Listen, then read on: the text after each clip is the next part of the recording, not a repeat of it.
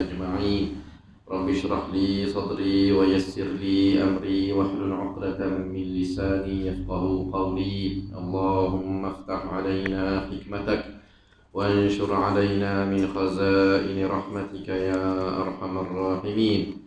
Amma ba'd. Alhamdulillah, yang saya hormati Ustaz Hasbi dan barisan penggerak madrasah, para jemaah yang dirahmati Allah sekalian. Alhamdulillah, pada pagi ini dapat kita berkumpul untuk menyambung siri kuliah kita dalam kitab Talbisu Iblis, belitan tipu daya iblis, la'natullahi alaih.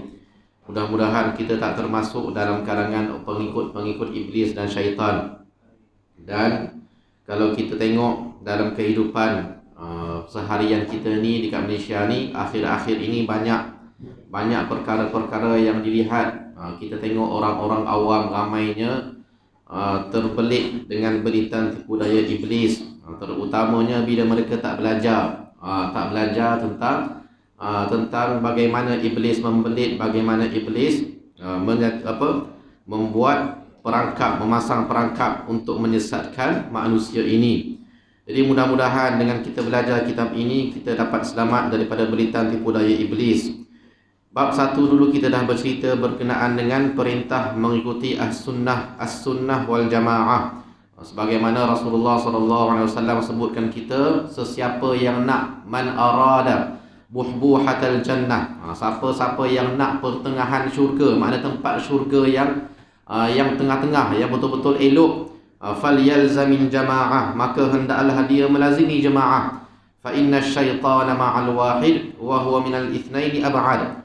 Kerana sesungguhnya syaitan tu bersama dengan seorang. Orang yang suka bersendirian, orang yang suka duduk seorang-seorang, tu syaitan suka. Fa inna syaitana ma'al wahid, sesungguhnya syaitan itu bersama dengan seorang. Wa huwa minal ithnaini ab'ad, dan dia daripada dua orang itu lebih jauh. Semakin orang tu berjemaah, semakin syaitan tu menjauh. Jadi itu keperluan untuk kita mengikuti jemaah. Kemudian jemaah-jemaah yang macam mana yang perlu kita ikuti, Ibnu Jauzi dah sebut, ialah jemaah yang mengikuti sunnah Nabi SAW. Jemaah yang berdasarkan sunnah Nabi SAW. Sebagaimana kata-kata Sufyan Ats-Tsauri, dia kata perkataan dengan perbuatan tidak akan diterima kecuali dengan niat. Perkataan kita, perbuatan kita ni Allah tak terima kecuali kalau niat tu betul. Kalau dia kata perkataan dan perbuatan, niat pun tak akan diterima oleh Allah Subhanahu wa taala melainkan sesuai dengan sunnah. Maknanya kita bercakap, kita buat, kita niat ikhlas dah pada Allah Subhanahu wa taala, Allah tak terima amalan itu selagi mana amalan itu tidak selari dengan sunnah Nabi SAW. Kita semayang zuhur 5 rakaat, saya ikhlas kerana Allah Ta'ala, Allah tak terima walaupun semayang 5 rakaat pun. Sebab Nabi ajar kita ni semayang zuhur 4 rakaat. Tiba-tiba kata tak apalah, hari ni aku rajin semayang 4 rakaat, semayang 5 rakaat, rajin hari ni. Walaupun kita rajin, walaupun kita ikhlas kerana Allah Ta'ala pun, tetap Allah tak terima sebab tak ikut sunnah Nabi yang diajarkan kepada kita. Sebab Allah utuskan Nabi supaya kita ikut Nabi. Tiba-tiba kita tak ikut Nabi, maka amalan yang kita buat tu tak diterima oleh Allah Subhanahu wa taala. Jadi ada dua perkara, perintah untuk kita ikut jemaah, dan yang kedua perintah untuk kita bila dah berjemaah tu kena ikut sunnah Nabi sallallahu alaihi wasallam. Ini tajuk yang pertama yang telah kita bincangkan dulu. Yang kedua kita bincangkan berkenaan dengan celaan terhadap bid'ah dan ahli bid'ah. Kita sebut hadis Rasulullah sallallahu alaihi wasallam, man ahdatha fi amrina hadza ma laysa fihi fa huwa rad. Sesiapa yang mengada-adakan sesuatu yang baru dalam urusan agama yang bukan termasuk darinya, maka ia tertolak. Apa-apa sahaja urusan agama yang kita pandai-pandai reka, yang bukan daripada agama, maka urusan tu tertolak. Tak kiralah awak pandai macam mana pun, cemerlang belajar macam mana pun, kreatif macam mana pun, jangan mereka-reka dalam urusan agama. Bila reka-reka urusan agama ni, maka kita kena tahu amalan kita tu ditolak, tertolak. Sebagaimana sabda Rasulullah sallallahu alaihi wasallam dalam hadis baginda yang lain, man raghiba an sunnati falaysa minni. Sesiapa yang tak suka dengan sunnah aku, maka dia bukan daripada golongan kami. Sebagaimana kita dah cerita dulu, ada sahabat-sahabat Nabi ini pergi bertanyakan isteri Nabi berkenaan dengan amalan Nabi. Lalu bila dia dengar amalan Nabi tu, dia kata, kita ni manusia biasa, Nabi tu tak apalah dia Nabi. Jadi kita ni patut buat amalan lebih lagi.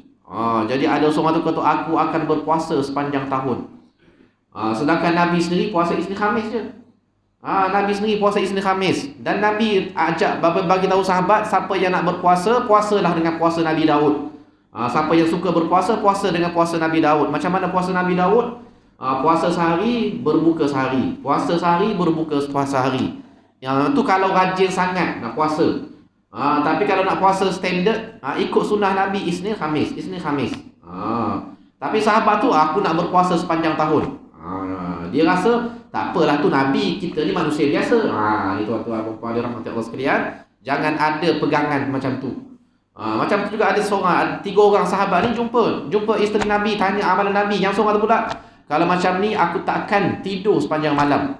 Mana sepanjang hidup aku ni aku takkan tidur. Untuk apa? Untuk bertahajud, berqiyamul lail. Nabi tak apalah, dia Nabi, dia bangun sikit pun tak apa. Kita ni bukan Nabi. Tak nak tidur, kata. Nak semayang sepanjang malam. Mana sepanjang hidup dia tak nak tidur, dia nak sepanjang malam. Ni ada seorang sahabat Nabi cakap begitu. Dan ada seorang lagi, kalau macam ni lah gaya ni, aku tak nak kahwin. Nabi tak apalah, dia kahwin, dia Nabi. Aku ni manusia biasa, banyak salah silap. Kalau aku kahwin, banyak lagi dosa aku. Jadi baik aku tak payah kahwin. Ini contoh.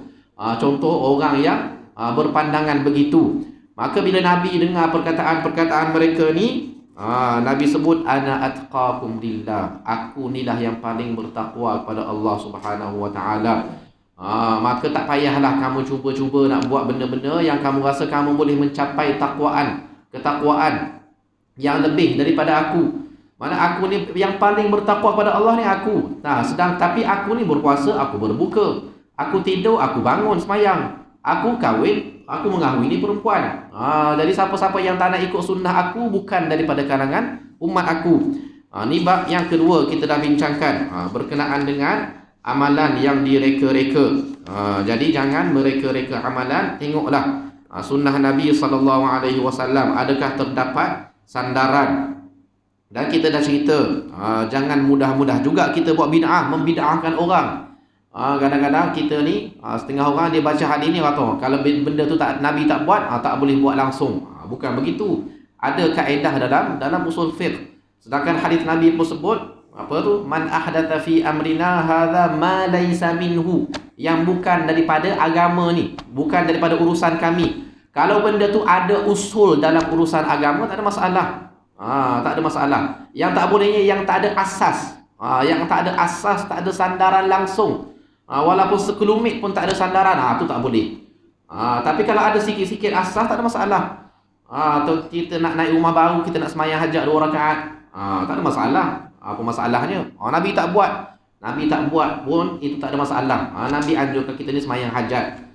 Nabi minta kita ni supaya banyak mohon kepada Allah Subhanahu wa taala. Kita naik rumah baru, kita semayang hajat, kita beli kereta baru, kita semayang hajat contohnya, itu tak ada masalah. Ni bid'ah, tak boleh buat. Bukan begitu. Baik. Kemudian yang ketiga, kita dah bercerita berkenaan dengan celaan. Bab yang ketiga ni, bab yang ketiga mewaspadai muslihat iblis. Bab yang ketiga mewaspadai muslihat iblis. Kita dah ceritakan dulu bagaimana iblis ni mengajak kita ni melakukan dosa besar dan dosa kecil. Dosa benda-benda yang kecil pun dia ajak kita buat, benda-benda yang besar pun apatah lagi. Sebab tu dalam Al-Quran sebut, innama ya'murukum bis-su'i wal fahsya wa an taqulu 'ala Allahi ma la ta'lamun. Sesungguhnya syaitan itu menyuruh kamu melakukan perkara yang buruk. Perkara yang buruk ini para ulama terjemahkan, tafsirkan sebagai perkara yang melibatkan dosa-dosa kecil. Itu perkara yang buruk. Wal fahsya, perkara-perkara keji yang melibatkan dosa-dosa besar. Ni belitan tipu daya iblis. Jadi Ibnu Jauzi datangkan ayat ini. Dan Ibnu Jauzi datangkan juga perkara-perkara yang dengannya kalau kita tahu, kalau kita dapat dapat kenal pasti perkara tersebut, maka kita tahu benda tu adalah daripada belitan tipu daya iblis. Apa dia? Allah Ibnu Jauzi datangkan ayat Al-Quran. Innama yuridu syaitanu an yuqi'a bainakumul adawata wal baghdha'a fil khamri wal maisir wa yasuddakum an dzikrillah wa 'anis salah fahal antum muntahun. Ada 4 perkara. Kalau kita terjebak dalam 4 perkara ni, maka tahulah kita telah masuk dalam perangkap iblis. Apa dia 4 perkara ini? Iblis nak kita ni bergaduh, bermusuh. Ni kalau kita mudah bergaduh dengan orang, pada apa-apa urusan yang kita buat dengan orang, tiba-tiba kita dah bergaduh dengan orang, tandanya dah masuk perangkap iblis. Itu yang pertama. Yang kedua, wal baghdha, bermusuh. Yang tadi bergaduh. Yang tadi al-adawah, bermusuh. Minta maaf, terbalik. Yang pertama tadi al-adawah ni bermusuh, menimbulkan permusuhan.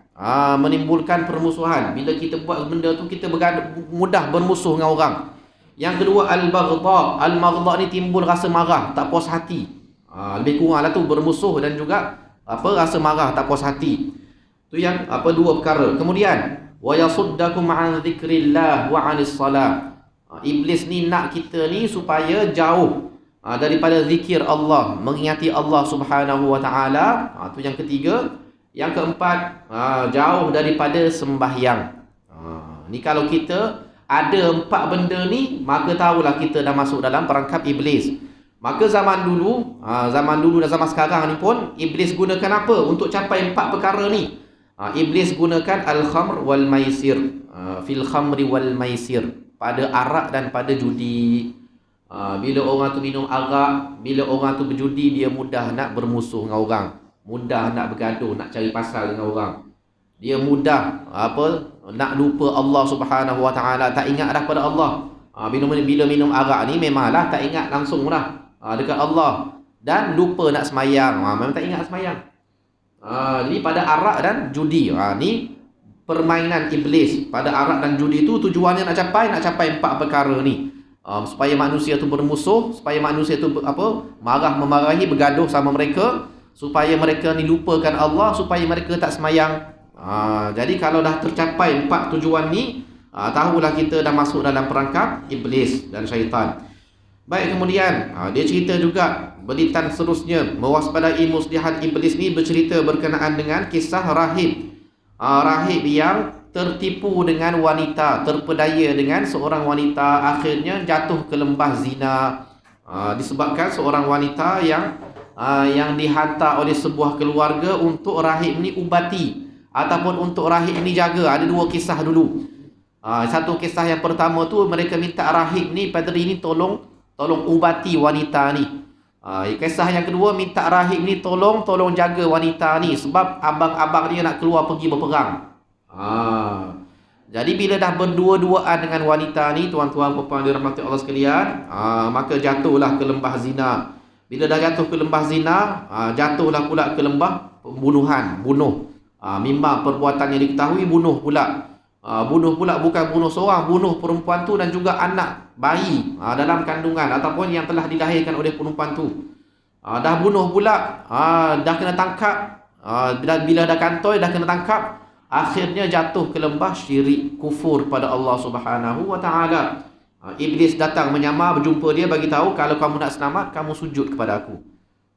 Kamu sujud kepada aku. Jadi dia pun sujudlah kepada iblis, dengan menganggukkan kepalanya 2 kali ketika mana disalib. Maka jatuhlah dia, matilah dia dalam keadaan melakukan 3 dosa besar. Yang pertama, mula-mula sekali berzina. Yang kedua, dia bunuh pula perempuan tu. Yang ketiga, akhirnya disyirik, kufur kepada Allah Subhanahu wa taala.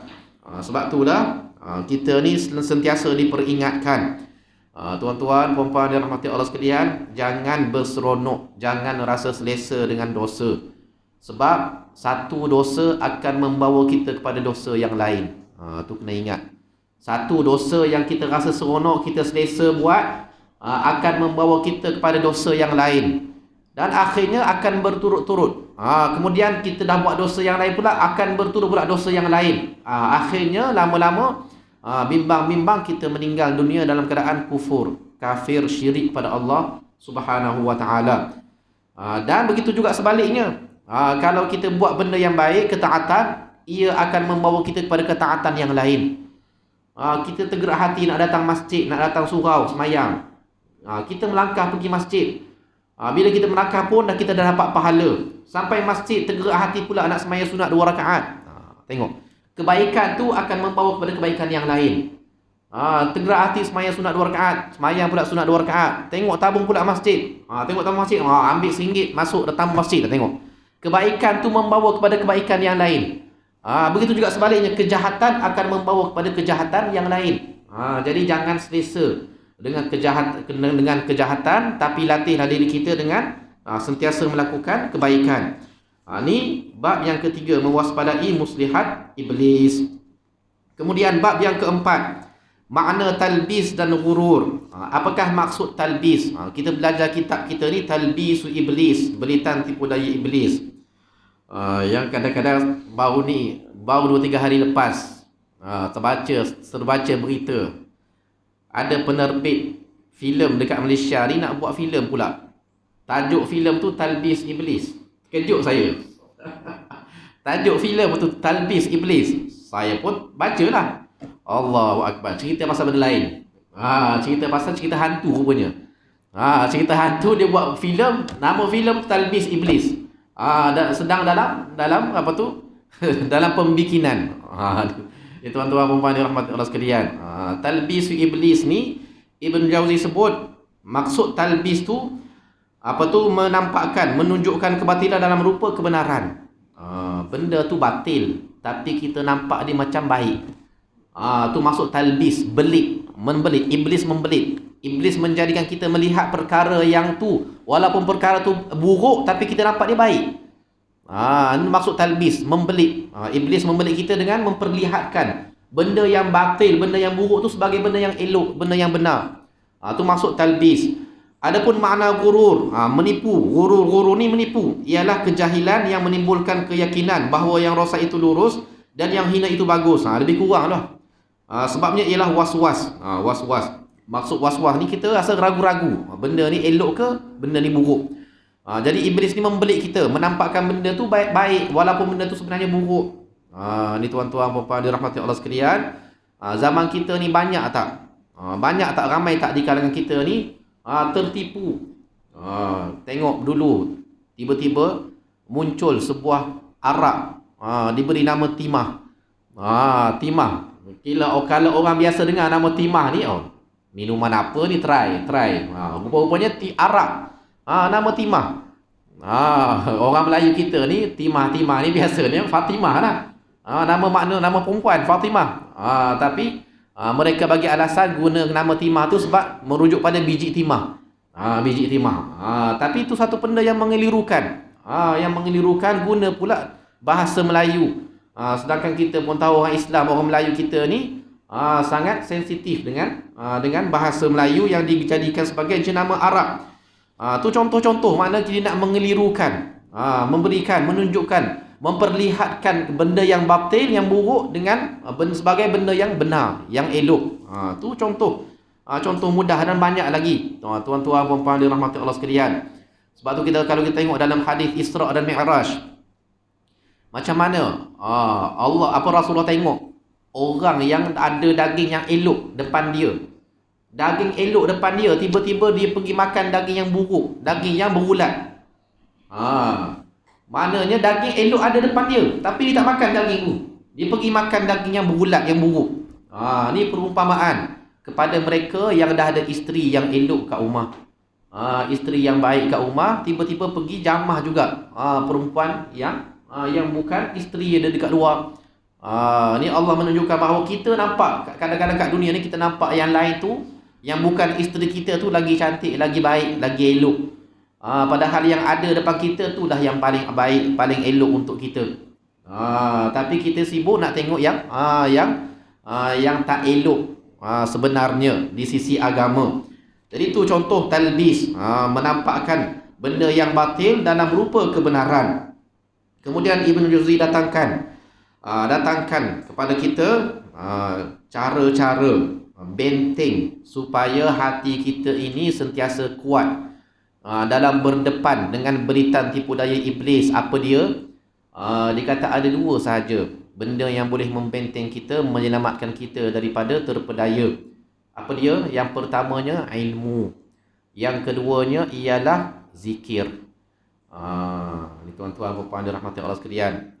Kalau di Malaysia ni kita ada Ustaz Fahrul Muhammad Joy kan. Dia ada sebuah buku, kalau tak silap saya tulis Fikir dan Zikir.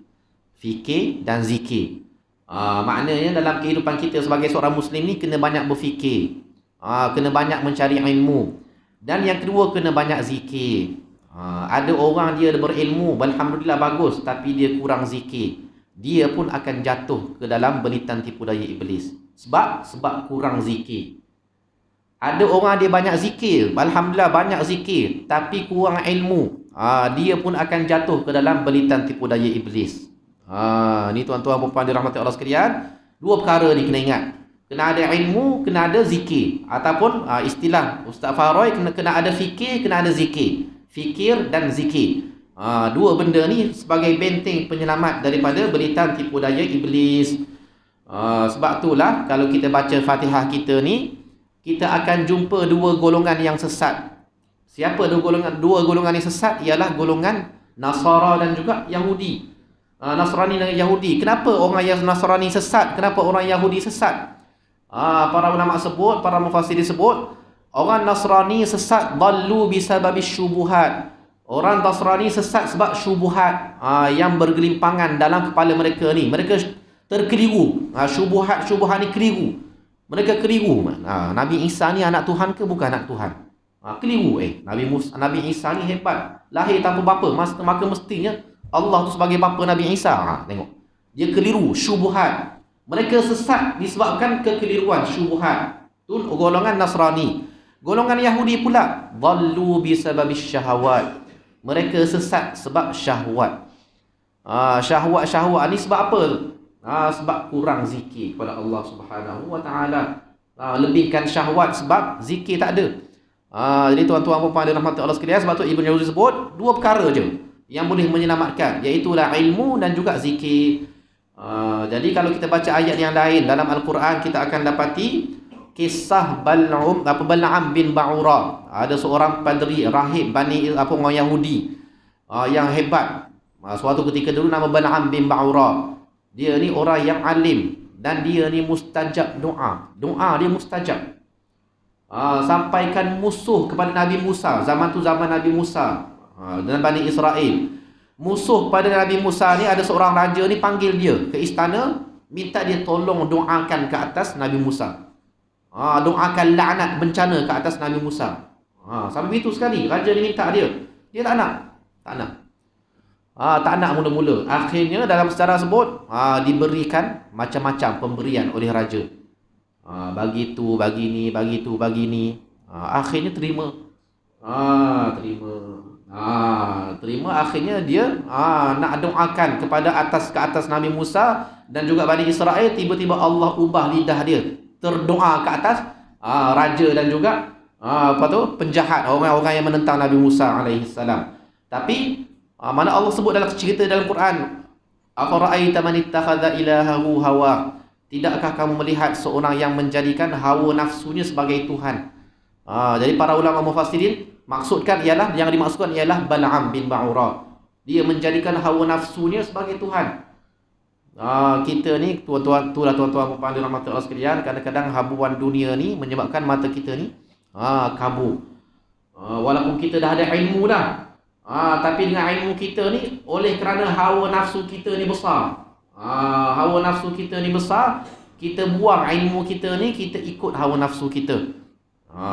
Jadi hawa nafsu kita ni yang boleh kontrol ialah dengan banyak zikir pada Allah Subhanahu wa taala. Jadi tuan-tuan puan-puan dirahmati Allah sekalian, akhir zaman ni banyakkan belajar, banyakkan mencari ilmu dan banyakkan zikir. Belajar saja pun tak cukup juga, kena banyakkan zikir pada Allah Subhanahu wa taala. Mudah-mudahan kita selamat daripada belitan tipu daya iblis. Dan pada bab yang keempat ini, Ibnu Jauzi sudahkan dengan Kata-kata Abu Ghassan An-Nahdi, dia kata, aku pernah mendengar Al-Hasan bin Saleh berkata, sesungguhnya syaitan itu benar-benar membukakan 99 pintu kebaikan, tapi dia mempergunakannya untuk kejahatan. Masuk 9 dah. Baik, Hasan bin Saleh dikata syaitan itu menggunakan 99 pintu kebaikan untuk mencapai satu pintu kejahatan. Faham tak maksud ni? Mana kadang-kadang kita rasa kita buat benda baik, tapi sebenarnya syaitan duduk follow kita ni, nak gunakan benda-benda baik yang kita duk buat tu untuk jatuhkan kita ke benda yang jahat. Ni kena hati-hati. Macam kisah rahib dengan wanita tadi. Asalnya dia duduk dekat dia punya biara dia. Perempuan tu duduk bilik lain. Mana rumah lain, rumah depan dia. Ni biara, ni rumah. Asalnya dia bagi tahu perempuan tu, nanti waktu makan kamu ambil makanan kamu dekat pintu biara aku ni. Aku akan tinggalkan makanan kamu ni depan pintu biara aku. Nanti kamu keluar rumah kamu ambil. Ni kisah rahib ni. Tapi macam mana syaitan memperdayakan rahim ni?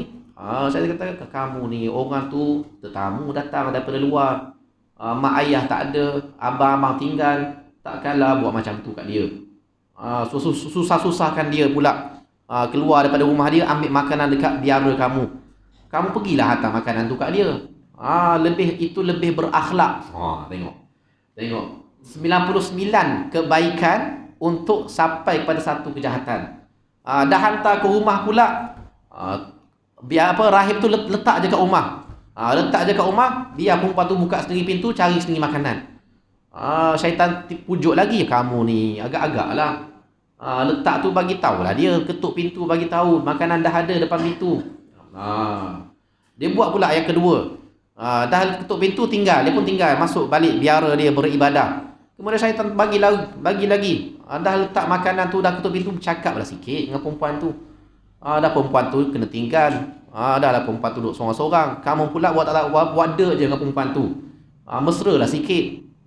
Tanya khabar sikit. Sikit je pun, bukan apa pun, tanya khabar sikit. Tengok. Syaitan ni memperdayakan rahib tu sehingga akhirnya berlakulah perzinaan antara rahib tu dengan wanita tersebut. Jadi sebab itulah Hasan bin Saleh kata syaitan ni taktik dia bukan suruh kita buat jahat terus. Tak ada suruh pergi minum arak, pergi berzina, tak ada. Dia gunakan 99 kebaikan untuk jatuhkan kita ke lembah keburukan. Sebagaimana kisah, saya biasa pernah kisah seorang syekh dengan anak murid dia. Anak murid ni datang ke rumah syekh ni, akhirnya pada satu malam bila dah malam menjelang, mereka pun bangun qiyamul lail berjemaah dengan syekh ni. Bila bangun qiyamul lail berjemaah dengan syekh ni, dia ni pergi cakap kat syekh, zaman kita sekarang ni jarang ada orang qiyamul lail. Ramai orang tidur ni, diorang ni tak ingat pada Allah Subhanahu Wa Taala. Kita je yang boleh bangun qiyamul lail. Lalu syekh kata apa kat dia? Kalau macam tu baik kamu tidur. Kalau macam tu lah kata-kata kamu, baik kamu tidur. Sebab apa? Sebab bangun malam tapi hati duk tengok. Hati tu duk bercakap buruk dengan orang lain, pasal orang lain. Jadi tak guna bangun malam tapi hati tu duk pandang buruk, pandang lekeh pada orang lain, duk bercakap hina orang lain. Tu saya kata, kalau macam tu lah gayanya, baik kamu tidur. Baik kamu tidur lah. Daripada duk mengumpat, duk maki hamun orang lain sebab tak bangun malam. Wal'iyadzubillah. Jadi tuan-tuan puan-puan dirahmati Allah sekalian, dah bagus dah. Bagus dah bangun qiyamul lail. Tapi tengok bagaimana syaitan membelit. Dia dengan merasakan diri dia lah yang paling baik, paling hebat. Ni tuan-tuan puan-puan dirahmati Allah sekalian, belitan tipu daya iblis. Kemudian bab yang kelima, muslihat iblis dalam masalah akidah. Muslihat iblis dalam masalah akidah.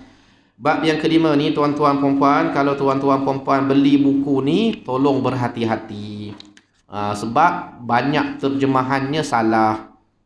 Terjemahan dalam Indonesia, dalam bahasa Indonesia ni yang dibuat ni, bila saya rujuk balik pada kitab asal, kitab dalam bahasa Arab, saya dapati banyak kesalahan pada terjemahan.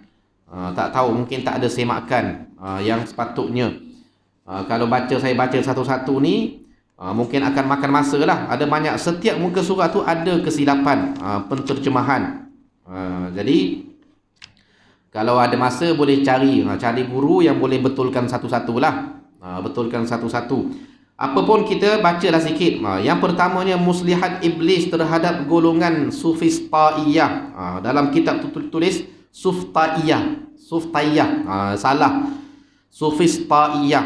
Sufis Ta'iyah ni ialah golongan pemikir falsafah Yunani Greek. Golongan pemikir falsafah Yunani Greek. Mereka ni mengajar manusia bahawa dunia ni tiada hakikat. Hakikat kat dunia ni tak ada. Dunia ni hanya khayalan. Tak ada yang benar, tak ada yang salah.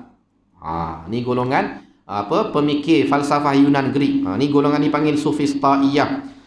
Tiada ilmu yang sabit ataupun tidak. Hakikat berdasarkan masing-masing. Kebenaran berdasarkan diri masing-masing. Mereka ni bila jumpa perompak, dia kata baguslah kamu merompak. Kamu mencari rezeki dengan merompak. Baguslah. Bila dia jumpa orang yang kena rompak pula, dia kata rompak ni tak bagus. Rompak ni satu jenayah. Maknanya kebenaran tu berdasarkan diri masing-masing. Kalau orang tu memang perompak, dia pergi. Tak apa, merompak ni untuk mencari rezeki, apa salahnya? Tengok. Bila dia jumpa orang yang kena rompak, dia kata memang rompak ni satu jenayah. Kita kena basmi bersama-sama. Ni orang macam ni, orang yang tak ada pegangan, tak ada pendirian. Ni golongan Sufis Ta'iyah dipanggil. Tiada hakikat dalam kehidupan, tiada ilmu yang boleh membenarkan sama ada benda tu betul ataupun salah, dan kebenaran itu ataupun hakikat itu hanya berdasarkan persepsi masing-masing. Terpulanglah pada masing-masing. Ni golongan Sufis Ta'iyah. Jadi golongan ini ulama sebut macam mana nak berdebat dengan golongan ni. Macam mana nak berhujah. Kalau macam ni lah keadaannya, nak berdebat macam mana dengan golongan ni? Mana tak ada pegangan, tak ada pendirian, lalang. Kejap macam ni, kejap macam ni. Kalau kita nak berdebat dengan golongan macam ni, nak buat apa? Nak buat macam mana dengan golongan macam ni? Ni masalah. Sebab itulah Ibnu Jauzi letakkan golongan ni yang pertama sekali. Yang sesat dalam masalah akidah ni, mereka ni yang pertama. Yang kedua ialah golongan atisma, golongan yang tak percaya adanya Tuhan. Maknanya kalau kita anggap golongan yang tak percaya dunianya ada Tuhan, itulah yang paling teruk dalam sudut akidah. Tapi Ibnu Jauzi letakkan ni, golongan Sufis Ta'iyah ni, golongan yang pertama. Sebab langsung tak ada pendirian. Tak ada pegangan, tak ada pendirian. Boleh jadi dunia ni ada Tuhan, boleh jadi dunia ni tak ada Tuhan. Boleh jadi engkau betul, boleh jadi engkau betul, engkau pun betul juga. Boleh jadi. Macam tu semua, tak ada pendirian. Jadi mereka ni berkata kebenaran tu hanya ikut persepsi masing-masing. Kalau kamu rasa kamu benar, benarlah. Kalau kamu rasa kamu salah, kamu salah. Mana ikut kebenaran tu berdasarkan persepsi masing-masing. Ni sesatnya lah. Jadi di sini diceritakan bagaimana ada seorang Sufis Ta'i bertemu dengan seorang alim ulama. Lalu bila dia nak balik, dia tak jumpa kuda dia. Dia datang jumpa seorang ulama ni. Ulama ni tahulah dia ni orang Sufis Ta'i. Bila dia nak balik, dia tak jumpa kuda dia. Lepas tu dia tuduh, ni anak murid kamu yang curi. Dia tuduh ulama ni, anak murid kamu ni lah yang curi ni. Aku datang jumpa kamu ni, tiba-tiba aku nak balik, kuda aku tak ada. Mana mesti anak murid kamu yang ambil ni. Lalu ulama ni tahu, dia tahu orang ni orang Sufis Ta'i. Dia kata, entah kamu datang tadi pun tak naik kuda tak? Entah kamu datang tadi tak naik kuda kot. Mana boleh aku naik kuda tadi. Lepas tu ulama kata, fikir balik. Entah kamu datang tiba-tiba ada kat sini. Kamu tak naik kuda, kamu jalan kaki ke? Tak, aku yakin aku naik kuda tadi. Maka ketika inilah ulama kata, kamu ni golongan Sufis Ta'i. Kamu kata kebenaran ni nisbi, mana atas persepsi masing-masing. Dunia ni hanya khayalan, tiada kebenaran yang muktamad. Tapi tiba-tiba kamu betul-betul mempertahankan kamu naik kuda. Jadi orang tu akhirnya tersentak. Betul juga. Maknanya dia duk pegangan, tak ada kebenaran. Dunia ni hanya khayalan apa semua ni. Tiba-tiba bila kuda dia hilang, dia kata aku naik kuda tadi. Kenapa tak kata aku datang tadi khayalan, aku pun tak tahu naik apa. Kenapa tak cakap macam tu? Ni jawapan ulama ni kepada pengikut Sufis Ta'i. Ni contoh yang pertama. Yang kedua, muslihat iblis terhadap orang-orang etis. Muslihat iblis kepada orang-orang etis. Orang etis ni ialah orang yang percaya dunia ni tak ada Tuhan. Dunia ni jadi sendiri. Ni orang etis. Ataupun dalam bahasa Arabnya golongan apa? Ad-dahriyin. Golongan dahriyin, golongan yang percaya, beriman pada masa. Maknanya dia kata bila kita mati kita hilang begitu je, tak ada apa. Dunia ni tak ada Tuhan. Jadi Ibn Jauzi datangkan kata-kata orang Arab. Dia kata alangkah tepat pernyataan orang-orang Arab terdahulu. Al-ba'ratu tadullu 'alal ba'ir. Tai unta menunjukkan adanya unta. Dekat padang pasir yang luas terbentang. Orang Arab Badui ni bila tengok padang pasir luas terbentang, tiba-tiba dia berjalan. Dia nampak tai unta. Dia tahu ni tai unta ni menunjukkan ada unta dekat kawasan ni. Maknanya itu sebagai bukti adanya unta kawasan ni. Takkanlah tai itu tiba-tiba ada. Takkanlah tai unta tu tiba-tiba ada. Ni logik yang dipakai oleh orang Arab Badui, orang Arab kampung. Jadi begitu juga dengan dunia ni. Dengan dunia yang begitu hebat ni, dengan pokok yang macam-macam. Pokok sebelah, pokok rambutan sebelah, pokok mangga sebelah. Tiba-tiba pokok ni, satu ni pokok dia warna merah, warna rambutan merah. Satu ni warna mangga, warna kuning. Padahal tanahnya sama, airnya sama, bajanya sama. Tapi kenapa pokok tu lain-lain? Siapa yang jadikan pokok tu lain-lain? Ni Allah Subhanahu Wa Taala memberi apa? Suruh kita berfikir. Jadi Ibn Jauzi datangkan pada kita, kalaupun manusia memperhatikan keadaan dirinya sendiri, kalau kita lihat kejadian diri kita sendiri, tentu sudah cukup sebagai bukti bahawa dalam jasad ini, dalam badan kita ni terkandung pelbagai macam hikmah yang tidak cukup dihuraikan dalam satu buku. Kalau kita tengok badan kita sendiri pun, kita akan dapati macam-macam hikmah yang kita tak dapat nak jelaskan. Kita tengok rambut kita, boleh panjang, boleh mana bila kita potong dia panjang balik. Bila sampai masanya dia beruban. Contoh rambut. Siapa yang buat ni? Mata kita, bulu kening kita, kenapa tiba-tiba bulu kening ni ada kat setempat je, setumpuk kat sini je. Kenapa tak bulu kening panjang tiba-tiba merebak ke tempat lain? Bayangkan bulu kening kita merebak, bulu-bulu kat muka ni merebak ke tempat lain. Tapi setempat je bulu kening kita. Allah jadikan. Kenapa tidak kita melihat? Siapa yang memperhatikan pembatasan gigi? Ni Ibn Jauzi datangkan gigi. Siapa yang tengok? Kita tengok gigi kita ni tersusun elok, cantik. Allah jadikan kat situ je gigi kita ni naik. Tak naik ke tempat lain. Berfungsi untuk mencabik-cabik makanan. Gigi kita ni fungsi dia untuk makan makanan. Gigi geraham untuk mengunyah makanan agar menjadi lembut. Gigi geraham Allah jadikan pula, gigi itu pula ada pula satu gigi yang tajam, gigi geraham, yang tujuannya untuk mengunyah agar makanan menjadi lembut. Allah juga jadikan pula lidah. Tak cukup dengan gigi, Allah jadikan lidah untuk membolak-balikkan makanan tersebut dan mengatur letak makanan. Ini tuan-tuan puan-puan dirahmati Allah sekalian, Allah jadikan bagi kita gigi. Dah ada gigi, Allah bagi pula lidah. Bayangkan kalau orang tu tak ada lidah, bayangkan kalau kita tak ada lidah, macam mana nak makan? Makan gigit boleh lah, gigit nak telan, nak masukkan makanan ke dalam kerongkong, rongga kita tu. Itulah tugas lidah. Jadi hebatnya Allah Subhanahu Wa Taala ciptakan lidah untuk kita ni membolak-balikkan makanan dan mengatur letak makanan. Kemudian Allah jadikan usus untuk makanan itu mengalir ke seluruh bahagian tubuh. Allah jadikan berikan kita ni usus. Usus ni pula dia serap protein, serap zat-zat makanan yang kita dah kunyah tadi untuk diagihkan ke seluruh tubuh. Dia bukan macam paip ni masuk air keluar air, tak ada. Usus kita ni masuk makanan, dia keluar yang dah tak boleh proses dah. Benda yang boleh proses masuk dalam badan kita. Ni hebatnya kuasa Allah Subhanahu Wa Taala. Dan usus kita ni, tuan-tuan puan-puan pun tahu, usus kita ni punya panjang. Walaupun kita nampak perut kita ni kecil je, tapi kalau bedah perut kita ni, keluarkan usus ni, panjang dia beberapa meter. Panjang punya. Saya kira para saintis sebut, satu-satu makanan tu hanya dapat diselesaikan proses dia dalam tempoh 4 jam.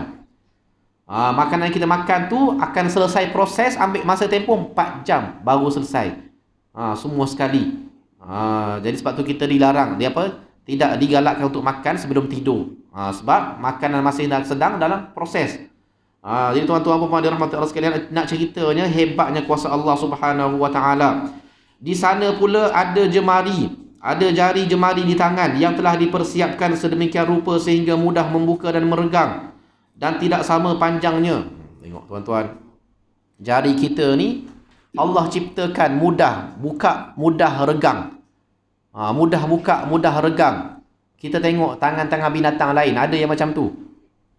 Tangan ayam, tengok tangan gajah. Gajah tak ada tangan dia. Tak ada buat apa dah, macam tu lah. Gajah. Mana tangan kita Allah jadikan mudah meregang, mudah membuka. Dan Allah jadikan tak sama panjang pula jari. Kenapa Allah jadikan jari kita tak sama panjang?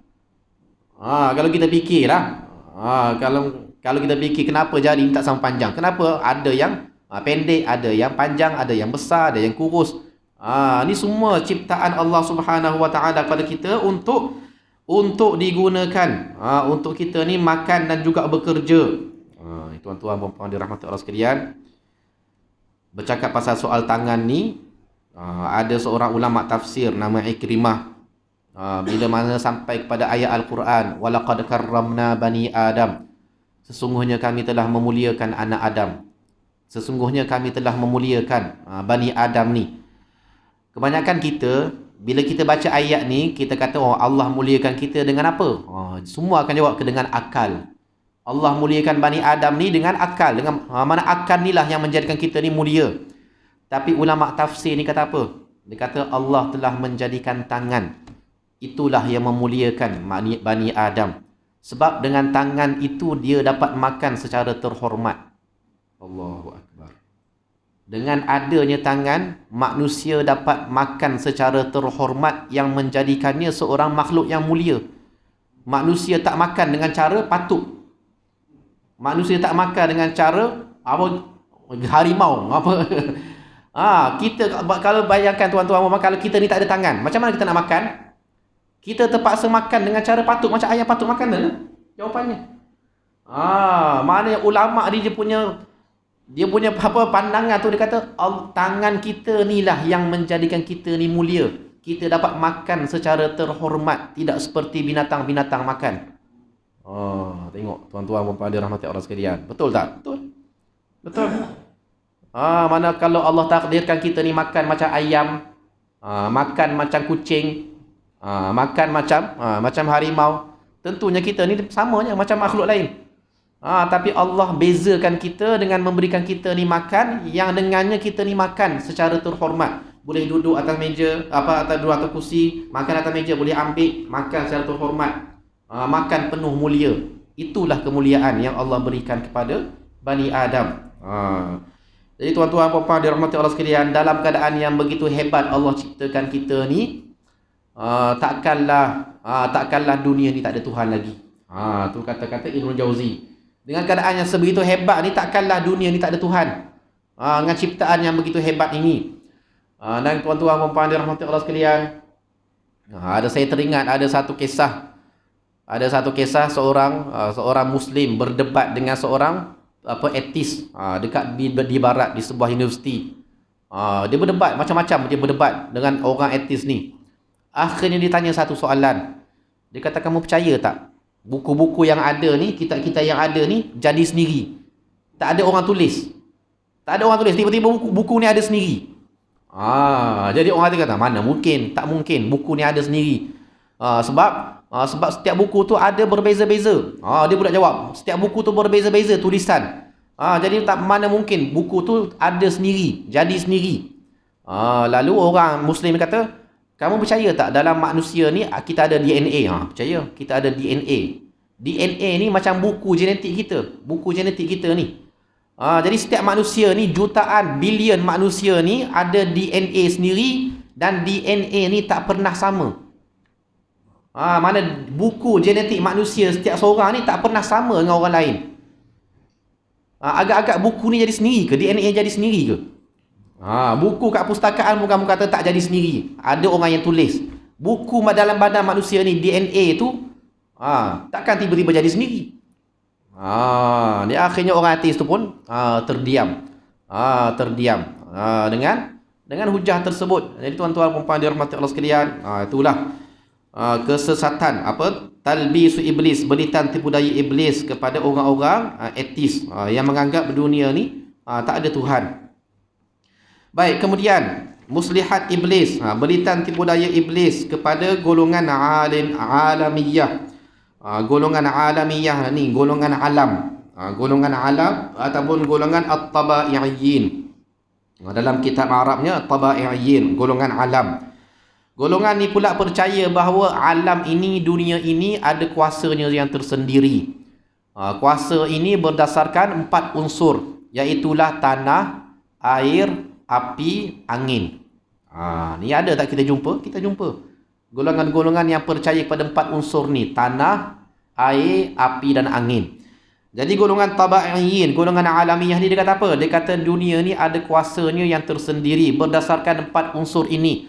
4 unsur ini bila bergabung, itulah yang akan mencetuskan kuasa, itulah yang membentuk dunia ini. Ni tuan-tuan puan dirahmati Allah sekalian, hati-hati dengan sebahagian kita yang percaya kadang-kadang dengan benda-benda macam ni.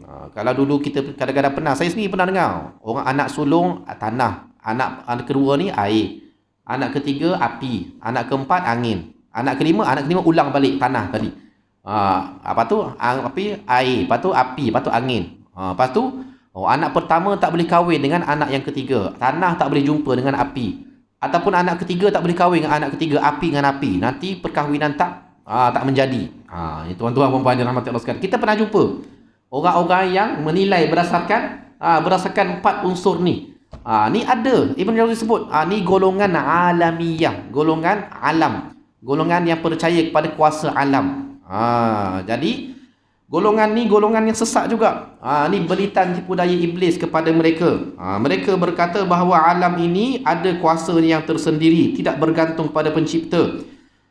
Pertemuan 4 tabiat yang ada di dalamnya yang sekaligus menunjukkan bahawa 4 tabiat inilah penciptanya. Ni pertemuan 4 tabiat yang ada dalamnya, iaitulah tanah, air, api, angin tadi, yang sekaligus menunjukkan bahawa 4 tabiat inilah, 4 unsur inilah pencipta kepada dunia ni. Tengok sampai begitu sekali sesat. Ni tuan-tuan puan-puan dirahmati Allah sekalian, ada golongan ini. Jadi hati-hati, hati-hati dengan golongan ni. Kita tak perlu panjang lebar lah. Tak perlu panjang lebar. Mana mereka percaya bahawa alam ni tercipta berdasarkan 4 unsur, dan 4 unsur inilah yang memiliki kuasa ke atas alam ini. Ni golongan alamiyah. Ni semuanya sesat juga.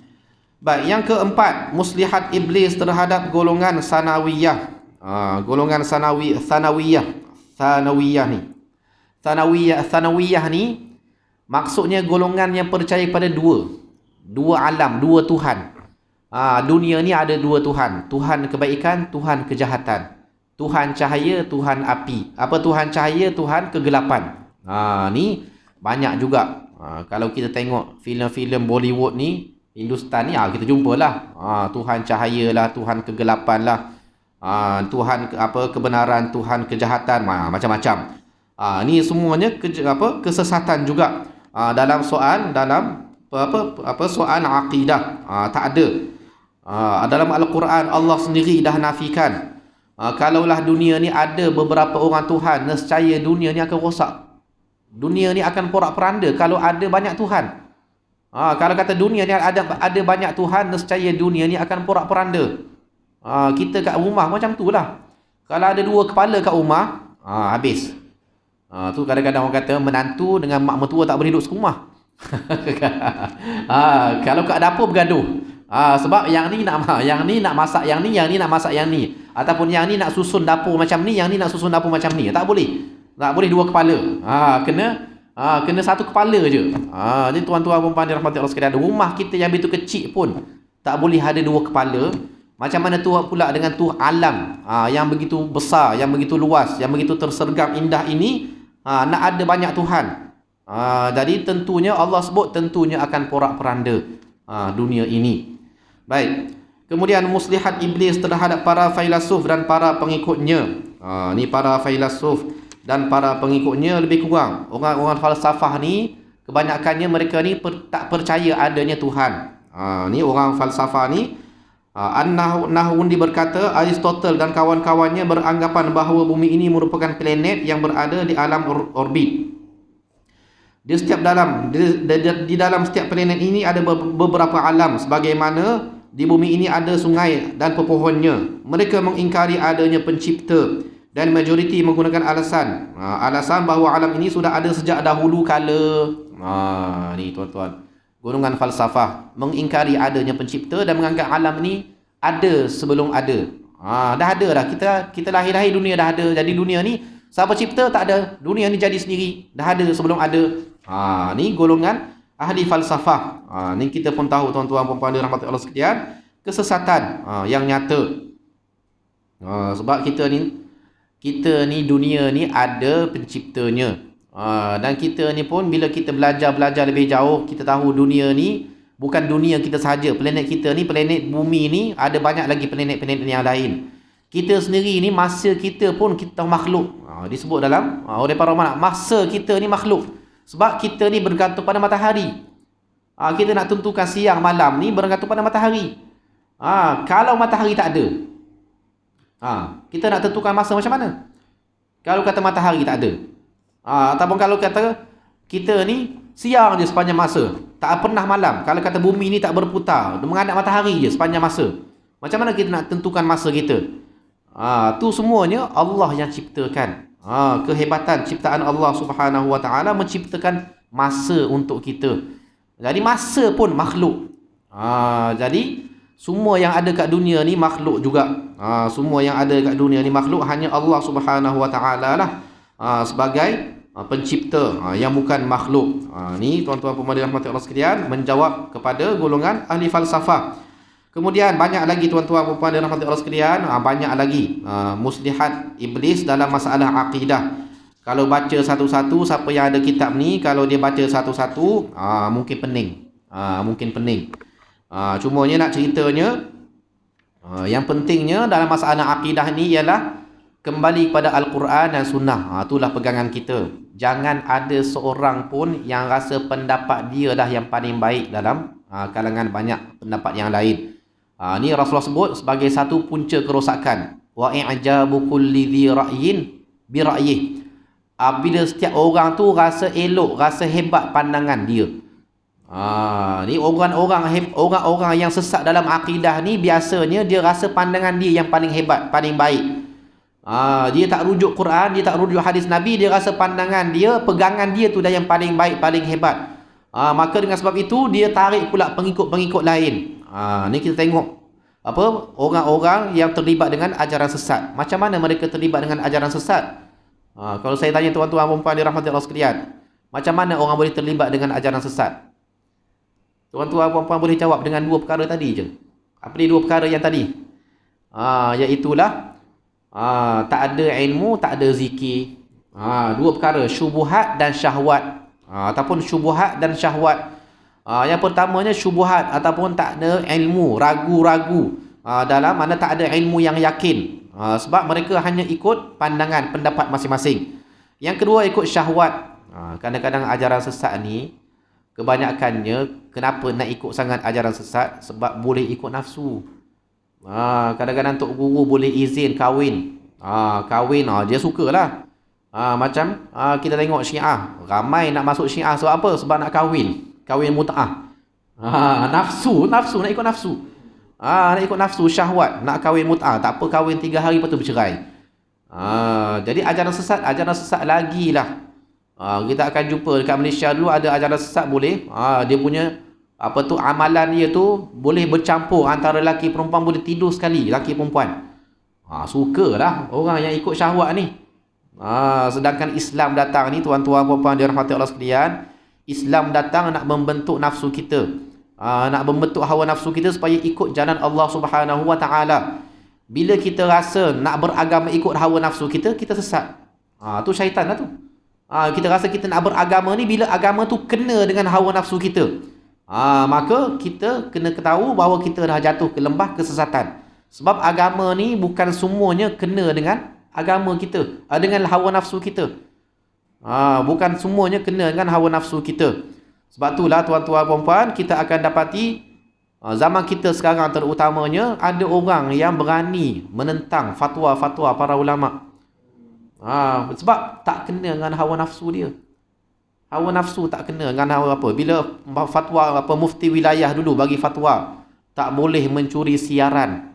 Orang-orang yang gunakan box dekat rumah tu, yang tarik siaran orang tu, curi siaran orang tu tanpa bayar dan sebagainya, mufti wilayah kata itu satu bentuk pencurian. Mana hukumnya hukum mencuri. Bila hukum mencuri mana tak boleh. Geng-geng yang dah lama mencuri siaran ni marahlah kat mufti wilayah. Sebab fatwa tu tak kena dengan nafsu.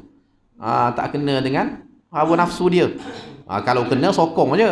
Kalau tak kena, macam mufti wilayah mula-mula dululah, bila PKP dulu. Tak boleh balik kampung. Haram balik kampung. Biarlah wabak tu reda dulu baru boleh. Marah mufti wilayah, marah. Sebab hawa nafsu tu nak balik kampung. Bila mufti wilayah kata tunggu dulu, tak boleh. Tak boleh balik kampung, tunggu. Sebab ada hadis Nabi sebut, kalau wabak melanda satu-satu negeri, jangan orang penduduk sebuah negeri tu jangan keluar daripada negeri tersebut, dan orang luar jangan masuk ke negeri tersebut.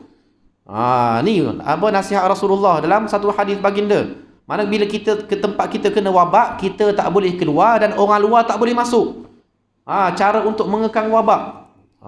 Jadi bila mufti bagi tahu macam tu, adalah yang kutuk, hentam mufti, tak bagi balik kampung. Padahal kita bercakap atas dasar hadis Nabi SAW. Bila satu-satu tempat kena wabak, tempat lain jangan penduduk tempat lain jangan masuk, penduduk tempat tu jangan keluar. Masa tu wilayah teruk, tengah teruk, Selangor tengah teruk, tempat-tempat lain belum teruk lagi. Tiba-tiba dah buka, habis. Tu Malaysia habis. Tapi itulah yang berlaku. Nak ceritanya, agama ni bukan ikut hawa nafsu. Kalau kita hanya ikut agama bila kena dengan hawa nafsu kita, maka kita sesat. Kita sesat. Baik, tuan-tuan puan-puan dirahmati Allah sekalian, begitu juga yang berlaku. Kalau kita tengok tadi golongan yang pertama tadi, golongan Sufis Ta'iyah ni, kita boleh jumpa golongan ni, golongan yang berkata kebenaran ni hanya ikut persepsi masing-masing, ikut pandangan masing-masing. Kita jumpa ada artis kita ni, kadang-kadang dia keluar luar Malaysia ni, dia berbogel, bertelanjang. Macam dulu kes, ada seorang artis tu pakai bikini dekat Bali, kat Indonesia. Lepas tu apa? Lepas tu kena kecam dengan netizen. Bila kena kecam dengan netizen, dia kata apa? Dia kata tak apa, saya buka aurat bukan kat Malaysia, luar Malaysia. Tak apa, kat luar Malaysia boleh buka aurat, kat Malaysia dia tak boleh buka aurat. Pula. Mana kebenaran tu macam ikut dia. Ada pula anak seorang artis tu masuk kelab malam. Bila kena kecam dengan netizen, tak apa, saya minta izin dah mak ayah saya.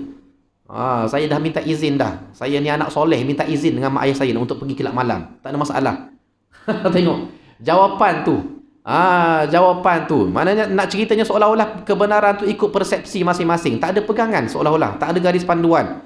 Padahal dalam Islam ni kebenaran tu berdasarkan garis panduan yang telah diletakkan dalam Al-Quran, dalam sunnah Nabi SAW. Kalau kita langgar garis panduan tu, tak payahlah awak bagi alasan apa pun. Tak payah bagi saya minta izin. Saya berzina pun saya minta izin dengan mak ayah saya. Tak ada. Tak ada benda tu. Tak ada. Saya minum arak pun saya minta izin dengan mak ayah saya. Mak saya bagi. Tak ada masalah. Ni salah satu bentuk kesesatan. Bentuk kesesatan yang melihat kebenaran tu hanya ikut berdasarkan nafsu masing-masing, persepsi masing-masing. Jadi tuan-tuan puan-puan dirahmati Allah sekalian, insya-Allah dalam kuliah yang akan datang, barulah kita akan pergi kepada muslihat iblis. Selepas masalah akidah ini, Ibnu Jauzi akan cerita pula muslihat iblis kepada setiap golongan. Yang paling best sekali, seronok sekali, Ibnu Jauzi akan cerita muslihat iblis kepada orang-orang ahli ibadah dan juga orang-orang awam. Ni banyak berlaku zaman kita. Bila kita tak belajar, kita tak tahu. Rupanya ulama dah sebut dah lama dah muslihat iblis kepada orang awam macam mana. Kalau kita tengok berita-berita pada zaman kita sekarang ni, kita akan jumpa.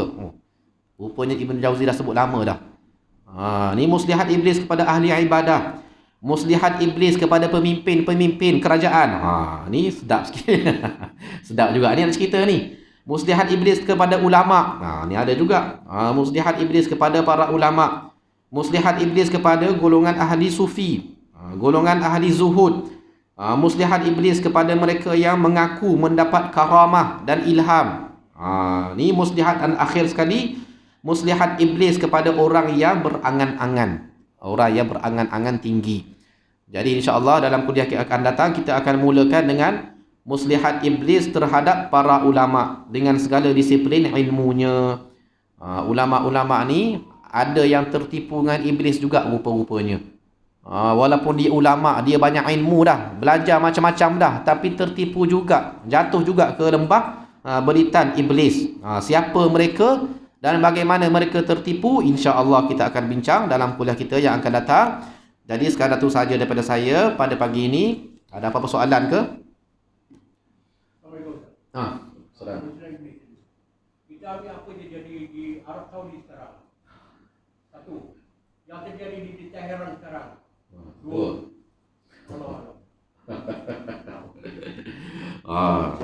nampaknya Tuan Haji kita ni mengikuti berita antarabangsa rupanya. Bagus. Apa yang terjadi di Arab Saudi, kita dapati konsert semakin berleluasa di Arab Saudi. Dan yang terbaru dulu kita tahu seorang imam Masjidil Haram Mekah dipenjarakan 10 tahun kerana amar ma'ruf nahi mungkar, kerana dia tegur pemerintah Arab Saudi kerana banyak membenarkan konsert-konsert diadakan di Arab Saudi, sehingga penduduk Arab Saudi jadi liberal. Jadi menganggap benda tu benda biasa. Sehingga artis-artis yang mana-mana kalau kita tengok dari sudut Islam tu memang jijik, yang mana yang tak ikut spesifikasi Islam, mana tak patuh syariah boleh datang ke Arab Saudi, boleh buat persembahan di Arab Saudi. Ni wal'iyadzubillah. Dekat Iran pula kita tengok macam mana sekarang demonstrasi besar-besaran yang dibuat oleh ramai rakyat Iran sebab tak puas hati ada seorang wanita tu kena tahan. Tapi memang silap kerajaan jugalah. Ni antara silap kerajaan juga. Bila dia tahan wanita tu katanya tak berpakaian dengan elok, berpakaian tudungan elok, kena tahan, akhirnya wanita tu mati dalam tahanan. Jadi menyebabkan demonstrasi besar-besaran dekat Iran sekarang ni. Tak tahulah akan reda ataupun tidak. Nampak macam kacau bilau dah kerajaan negara Iran tu. Wal'iyadzubillah. Tapi nak ceritanya tuan-tuan puan dan rahmati Allah sekalian, itu semuanya contoh-contoh. Dan kita bimbang tuan-tuan puan dan rahmati Allah sekalian, akhir zaman ni kita tengok makin mudah kita bergaduh, makin mudah kita bermusuh. Banyak negara sedang berperang, di ambang peperangan. Rusia dan Ukraine tengah berperang dah. Yang terbaru dulu tegang, yang terbaru sekarang ni tegang pula antara China dengan Taiwan. Kemudian dekat belah Eropah Timur tu pula berlaku ketegangan pula antara dua jiran. Antara Turki dengan Yunan, Greece pun sedang berlaku ketegangan. Mana seolah-olah ambang dunia ni sedang diambang peperangan. Ini tuan-tuan puan-puan dirahmati Allah sekalian. Kemudian kita tengok dalam dunia ni, ni hadis Rasulullah sallallahu alaihi wasallam, la taqumus saah hatta yakuna as'adun nasi bid dunya Luka' ibn Luka'. Tidak akan terjadinya kiamat sehinggalah orang yang paling bahagia dekat dunia ni ialah Luka' bin Luka'. Siapa Luka' bin Luka'? Luka' bin Luka' ni para ulama tafsir orang yang tak apa-apa. Orang yang tak apa-apa, yang tak dipandang. Pada kalau zaman Rasulullah orang ni ada, orang ni tak dipandang pun. Tapi orang ni menjadi orang yang paling bahagia dekat dunia kita zaman sekarang ni. Ni tuan-tuan puan dirahmati Allah sekalian. Kat Malaysia ni siapa? Kita tahu orang yang kecelaruan jantina. Orang yang celaru jantina jadi famous, jadi ramai followers. Ada dapat banyak followers dekat Facebook, dekat Twitter dan sebagainya. Dia pula paling kaya, paling bahagia kat dunia ni. Ada ramai pengikut. Tapi alim ulama tak ada orang nak kenal sangat pun. Tengok tu Rasulullah pun, tidak akan berlaku kiamat sehingga orang yang paling bahagia di dunia ni ialah orang Luka' bin Luka'. Siapa Luka' bin Luka'? Orang yang hina dina, orang yang tercela pada zaman Nabi. Orang tu pada zaman kita ni dipuja, disanjung. Ni tuan-tuan puan-puan rahmati Allah sekalian. Ni zaman kita. Jadi yang Tuan Haji sebut tadi, memanglah itulah zaman kita sekarang ni. Belitan tipu daya iblis kepada di setengah tempat di Arab Saudi macam tu dah situasinya, di Iran macam tu dah situasinya, dekat Malaysia pun macam tu lah. Macam-macam ujian. Jadi kita doa, sebab tu dah saya sebut tadi, akhir zaman ni tuan-tuan dan puan, banyakkan belajar, banyakkan zikir, banyakkan belajar, banyakkan zikir, mudah-mudahan kita selamat daripada fitnah dunia, fitnah iblis dan syaitan. Wal'iyadzubillah. Jadi sekarang itu saja daripada saya. Mudah-mudahan kita dapat manfaat pada pagi ini. Aqulu qawli hadza wa astaghfirullahal azim li wa lakum. Wassalamualaikum warahmatullahi wabarakatuh. Subhanakallahumma wa bihamdik asyhadu an la ilaha illa anta astaghfiruka wa atubu ilaik. Bismillahirrahmanirrahim. Alhamdulillahi rabbil alamin. Wassalatu wassalamu ala asyrafil anbiya'i wal mursalin wa ala alihi wa sahbihi ajma'in. اللهم اجعل جمعنا هذا جمعا مرحوما وتفرقنا من بعده تفرقا معصوما. اللهم انفعنا بما علمتنا وعلمنا ما ينفعنا وزدنا علما. ربنا آتنا في الدنيا حسنة وفي الآخرة حسنة وقنا عذاب النار. وصلى الله على خير خلقه محمد وعلى آله وصحبه أجمعين والحمد لله رب العالمين. السلام عليكم ورحمة الله وبركاته.